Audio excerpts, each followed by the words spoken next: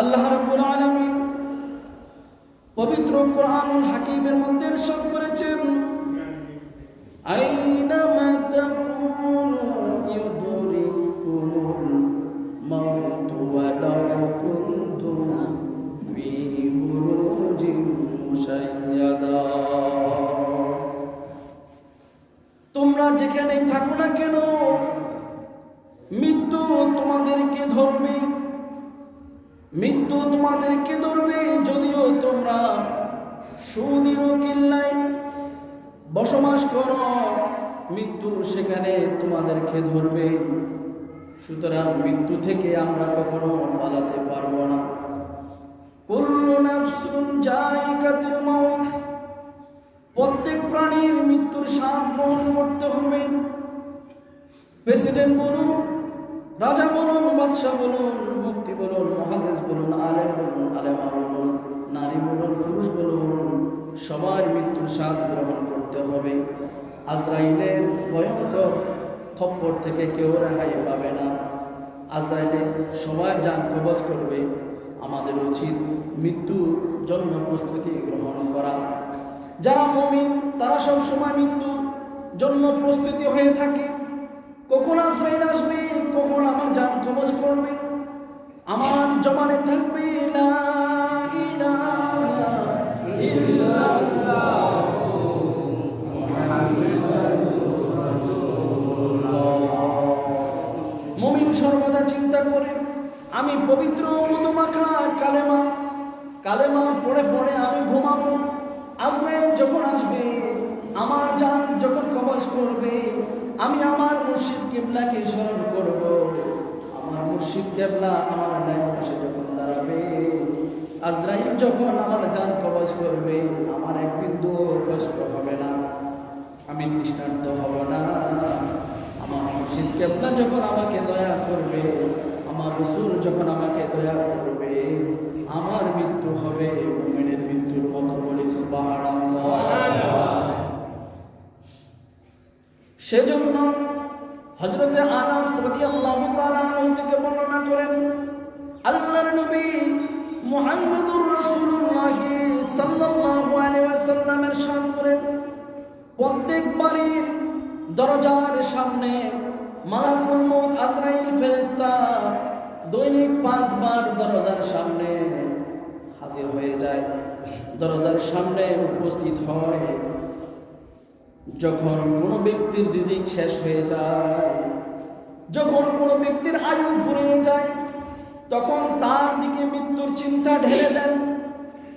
অতএব যখন মৃত্যুর চিন্তা যাতনা করে নেয়, যখন ওই ব্যক্তির মৃত্যু চিন্তা করে, অনন্তর কারো গৃহিণী অন্য কোনো মহিলারা, এমনও মহিলা আছে যারা মৃত্যুর চিন্তায় তাদেরকে সাউলে জাউলে করে রাখে। এমনও মানুষ আছে যারা নিজের ঘাড়ের মধ্যে চপেটাঘাত হানে। এমনও মানুষ আছে যারা মৃত্যুর কথা চিন্তা করে করে চিৎকার করে কান্না করে। আজরাইল মালাকুল মউত যখন আজরাইল ফেরেশতা যখন উপস্থিত হয়, তোমার কি হচ্ছে, তোমরা এত অস্থির হচ্ছ কেন, এত বিচলিত হচ্ছ কেন? আমি তো কোনো ব্যক্তির রিজিক নেই নাই, আমি তো কোনো ব্যক্তির হায়াত কমাই নাই। আমাকে যখন আদেশ করেছে তখনই আমি আদেশ পেয়ে এসেছি। যখন আমাকে রূহ কবজ করার জন্য অনুমতি দিয়েছে তখনই আমি রূহ কবজ করে নিয়েছি। এখানে তো আমার কোনো হাত নাই, আমি হুকুম পালন করেছি মাত্র। তোমরা এত হাই হুতাশ করছো কেন, এত চিৎকার করছো কেন? আজরাইল এই বলে বলে কথা বলতে থাকেন ময়ূরের সাথে। আমাকে অনুমতি দিয়েছে, সেই জন্য আমি জান কবজ করতে এসেছি। আল্লাহর নবী মুহাম্মদুর রাসূলুল্লাহ সাল্লাল্লাহু আলাইহি ওয়াসাল্লাম আরো বলেন, হযরতে আজরাইল আলাইহিস সালাম বলেন, আমাকে যখন অনুমতি দেওয়া হয় আমি তখন জান কবজ করতে আসি। আমি তোমার নিকট বারবার আসবো। আজরাইল বলে, আমি তোমার নিকট বারবার আসবো, বারবার আসবো, এমনকি তোমাদের মাঝে একজন লোকও বাকি থাকবে না, সবার জান আমি একে একে করে কবজ করে নেব। ইন্না লিল্লাহি ওয়া ইন্না ইলাইহি রাজিউন। আমাদের সকলকে আল্লাহর দিকে ফিরে যেতে হবে। আমরা আসছি থেকে আল্লাহর কাছ থেকে, আবার যেতে হবে কোথায়? আল্লাহর কাছে। সুতরাং যতদিন বেঁচে থাকবো ঈমান নিয়ে বেঁচে থাকবো, আমল নিয়ে বেঁচে থাকবো, ভালো ভালো কাজ করার মাধ্যমে বেঁচে থাকবো। আল্লাহ রাব্বুল আলামিন আহকামুল হাকিমিন আমার সামান্য নেকের কারণে, সামান্য সওয়াবের কারণে আল্লাহ হয়তো দয়া করে আমাকে নাজাত নসিব করে আমাকে জান্নাত নসিব, আমাকে জান্নাত দান করতে পারেন। বলে সুবহানাল্লাহ। সেজন্য আল্লাহর নবী মুহাম্মদুর রাসূলুল্লাহ সাল্লাল্লাহু আলাইহি ওয়াসাল্লাম ইরশাদ করেছেন, ওই সত্তার কসম, ওই আল্লাহর কসম যার কুদরতি হাতে মুহাম্মদ সাল্লাল্লাহু আলাইহি ওয়াসাল্লামের প্রাণ যদি তার যদি তার প্রাণ যদি তার স্থান দেখতে পেত, আল্লাহর কুদরতি হাতে আমার মুহাম্মদ সাল্লাল্লাহু আলাইহি ওয়াসাল্লামের প্রাণ যদি তার স্থান দেখতে পেত অথবা তার কথা শুনতে পেত, তবে তারা নিয়তের কথা বিস্মিত হয়ে নিজের ব্যাপারে কেঁদে ভেঙে পড়ত। আমাদেরকে মৃত্যুর জন্য প্রস্তুতি গ্রহণ করতে হবে। এই ক্ষণস্থায়ী দুনিয়া আমাদেরকে ভোগ বিলাস করার জন্য আল্লাহ তাআলা যা কিছু দান করেছেন, সমস্ত দুনিয়ার এই অল্প অল্প কিছু সময়ের জন্য আমরা ভোগ করতে পারবো। যখন মালাকুল মউত আমার বাড়ির সামনে হাজির হয়ে যাবে, তখন আমাদেরকে দুনিয়া ছেড়ে চলে যেতে হবে। আর যখন দুনিয়া থেকে চলে যাব, তখন আমরা কি নিয়ে যাব? আমাদের কি নিয়ে যেতে হবে? আমাদের নিয়ে যেতে হবে ঈমান। ঈমান কি? আশহাদু আল্লা ইলাহা ইল্লাল্লাহু ওয়াহদাহু লা শারীকা লাহু ওয়া আশহাদু আন্না মুহাম্মাদান আবদুহু ওয়া রাসূলুহু। মুমিন তো তারাই যারা মান আরাফা নাফসাহু ফাকাদ আরাফা রাব্বাহু, নিজকে চিনল, তার রব আল্লাহকে চিনল। কালেমা তাইয়্যিবা পড়ার সাথে সাথে বলি সুবহানাল্লাহ। আমাদেরকে আল্লাহ রাসূলের সাথে নিয়ে যেতে হবে। সুতরাং আগে নিজকে চিনতে হবে, নিজকে দোষী করতে হবে। আমি ভালো না, সবাই ভালো, আমি খারাপ, সবাই ভালো। যে ব্যক্তি নিজকে এইভাবে নিজের নফসের উপরে জুলুম করবে, আল্লাহুম্মা ইন্নী যালামতু নাফসি যুলমান কাসীরা, হে মারে নাহি আমার নফসের উপরে আমি অধিক পরিমাণ জুলুম করেছি। ইন্নী যালামতু নাফসি যুলমান কাসীরা ওয়া লা ইয়াগফিরু যুনুবা ইল্লা আনতা ফাগফির লি মাগফিরাতাম মিন ইনদিক ওয়ারহামনি ইন্নাকা আনতাল গফুরুর রহিম। তুমি আমাকে ক্ষমা করো, আমাকে রহম করো, আমাকে মাফ করো। অনুতপ্ত স্বীকার করতে হবে, অনুতপ্ত বোধ করতে হবে যে আমি সারাদিন কয়টা সত্য কথা বললাম, কয়টা মিথ্যা কথা বললাম, মানুষকে উপকার করলাম না মানুষের অপকার করলাম। সব সময় নিজের নফসকে জিজ্ঞেস করতে হবে, ইয়া আইয়াতুহান নাফসুল মুতমাইন্না ইরজিই ইলা রাব্বিকি রাদিয়াতাম মারদিয়া ফাদখুলি ফি ইবাদি ওয়াদখুলি জান্নাতি। যখন আপনার আয়ু ফুরিয়ে যাবে, তখন বলবে, হে প্রশান্ত আত্মা, তুমি এখন বের হয়ে যাও। ফাদখুলি, আল্লাহর প্রিয় হও, ওয়াদখুলি জান্নাতি, তারপর তোমার জান্নাত হবে। বলি সুবহানাল্লাহ। আগে আল্লাহর প্রিয় হতে হবে, আল্লাহর প্রিয় হলেই জান্নাত পাওয়া যাবে। আগে আল্লাহর প্রিয়। আল্লাহর প্রিয় হতে হলে কি করতে হবে? ভালো কাজ করতে হবে, নেকের কাজ করতে হবে, অন্যায় অপরাধ করা যাবে না, মসজিদ মাদ্রাসার খেদমতে আঞ্জাম দিতে হবে, আল্লাহ রাব্বুল আলামিনকে সন্তুষ্ট করার জন্য আল্লাহ যা চান তাই করতে হবে। আল্লাহর হুকুম আহকাম, আল্লাহর বিধিবিধান পরিপূর্ণ পুঙ্খানুপুঙ্খরূপে আদায় করতে হবে। যখন আমরা আল্লাহর হুকুম আদায় করব, আমার আল্লাহ আমার উপর রাজি হইয়া, আমার উপর খুশি হইয়া অটোমেটিকলি আমাকে আল্লাহ তাআলা জান্নাত দান করবেন। বলি সুবহানাল্লাহ। আপনি ইবাদত করবেন না, বন্দেগী করবেন না, খেদমত করবেন না, যদি শুধু জান্নাতের জন্য আপনি তালাশ করেন, জান্নাত পাওয়া যাবে না। জান্নাত পাইতে হলে জান্নাতের মালিককে হাজির করতে হবে নিজের কলবের মধ্যে। কুলুবুল মুমিনুনা আরশুল্লাহ, মুমিনের প্রতিটি মুমিনের কলবের মধ্যে আল্লাহর আরশ। আল্লাহ বলেন, আমি তোমার এই আরশের আজিমের মধ্যে বসে আছি।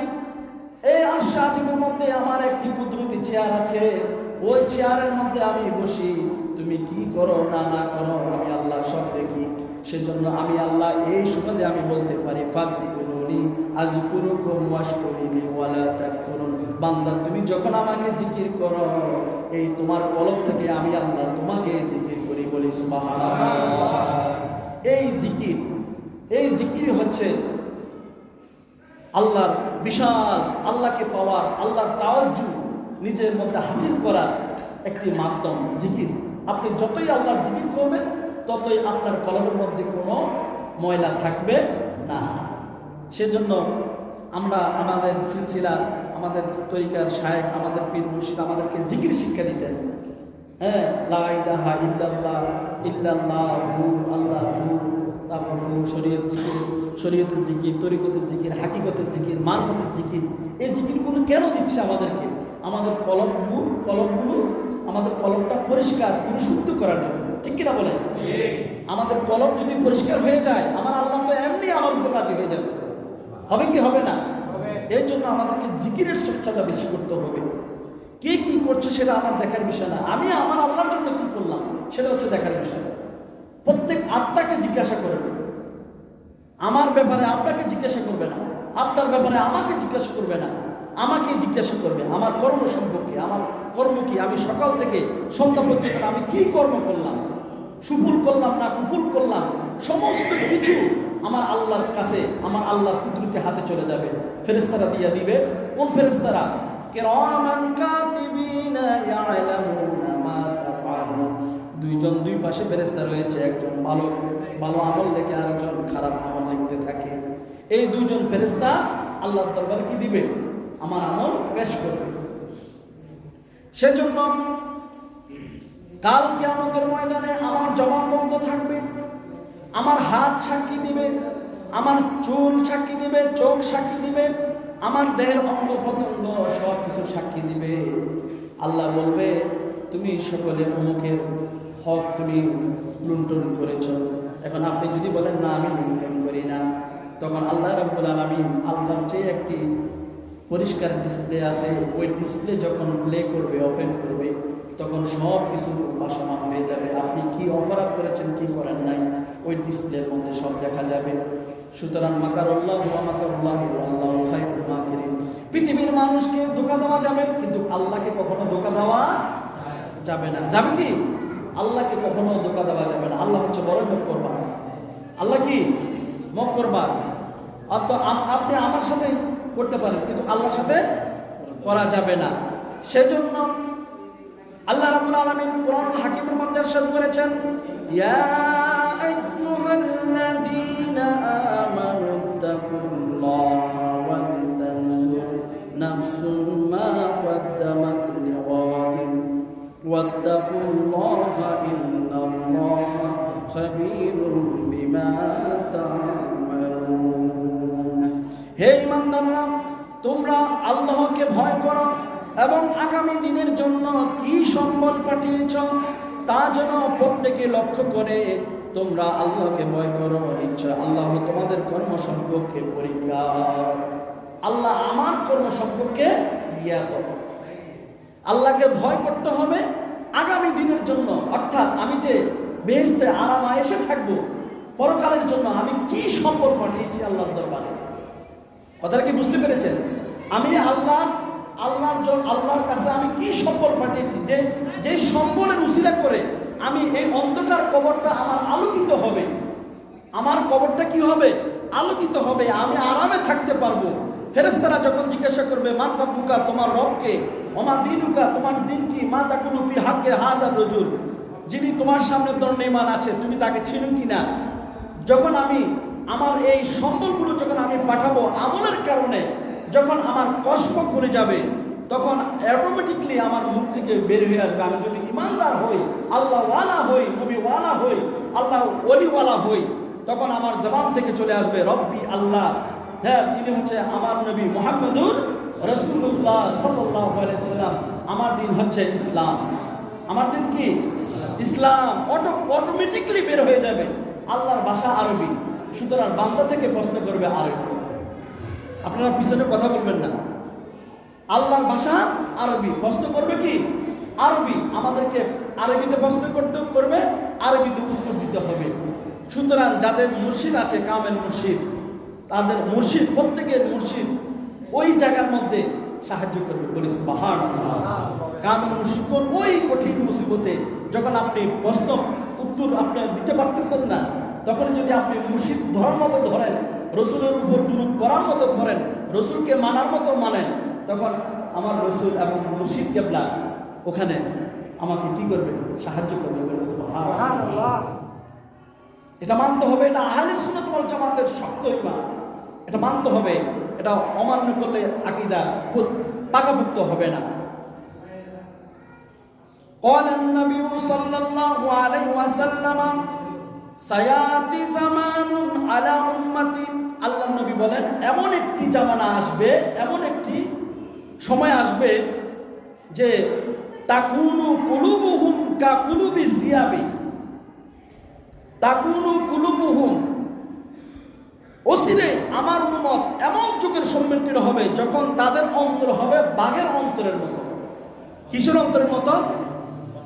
বাঘের অন্তরের মতো। ওয়া কালামুহুম কা কালামিল আম্বিয়াই, তাদের কথা হবে নবীদের কথার মতো। ওয়া ফাইলুহুম কা ফাইলিল ফারাইনাতি, তাদের কাজ হবে ফেরাউনের মতো। ওয়া আনা বারিউম মিনহুম, আল্লাহ বলেন যে এমন লোক থেকে আমি পবিত্র, এমন লোক থেকে আমি পবিত্র, এরাও আমার তরিকা বহির্ভূত। কারণ আসছে, হ্যাঁ দেন ফের সকলে ছেড়ে দেন। আল্লাহুম্মা সাল্লি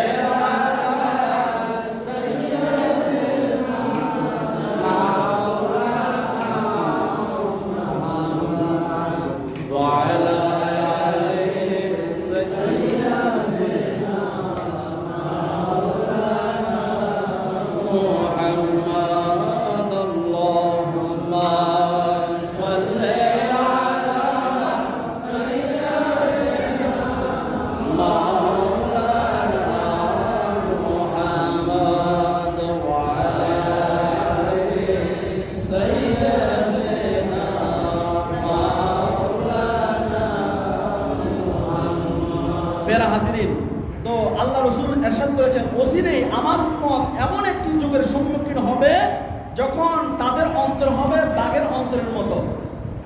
অন্তর হবে কিসের মতো? বাঘের অন্তরের মতো। কথা বলবে কক্রোশ ভাষায়, কথা কি বুঝা আসছে? কিন্তু তারপর তাদের কথা হবে নবীদের কথার মতো, তাদের কাজ হবে ফেরাউনের কাজের মতো। তাদের কাজ হবে কি? ফেরাউন, বুঝলেন নাই? ফেরাউন আল্লাহর সাথে নিজেকে খোদা দাবি করছে না?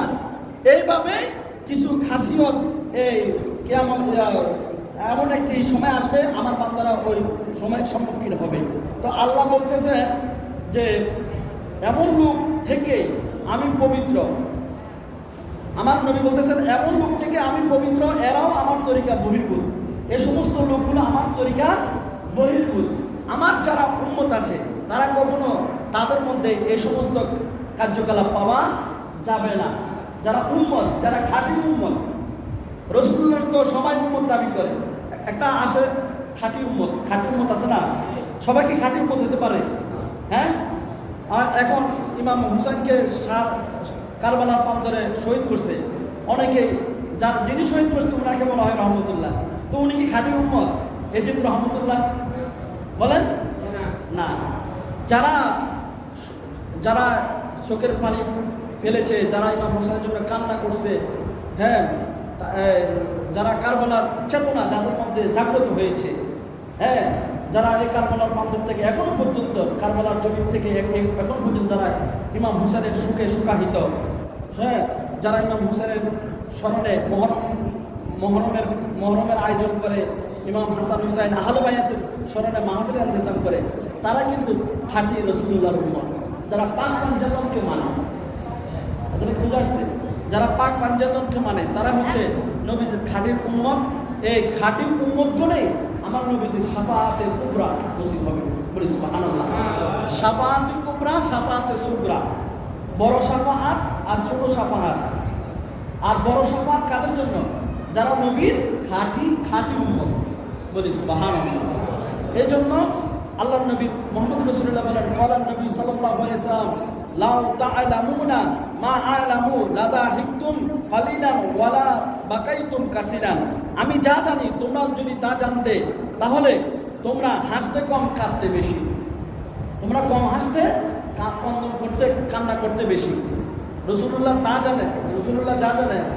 হ্যাঁ, আমার নবী বলতেছেন, আমি যা জানি তোমরা যদি তা জানতে, তাহলে হাসবে কম, কাঁদবা বেশি। তো আমাদেরকে কাঁদতে হবে। সবার সুখে হাসবো আমি, কাঁদবো সবার দুঃখে, নিজের খাবার বিলিয়ে দেব অনাহারের মুখে। এই গুণ আমাদের মধ্যে থাকতে হবে। আল্লাহ রাব্বুল আলামিন আমাদেরকে আল্লাহর গুণে গুণান্বিত হওয়ার, আমার নবীজির গুণে গুণান্বিত হওয়ার তৌফিক দান করুক। সকলে বলি আল্লাহুম্মা আমিন। আরো জোরে বলি আল্লাহুম্মা আমিন। পেয়ারা হাজিরিন, এই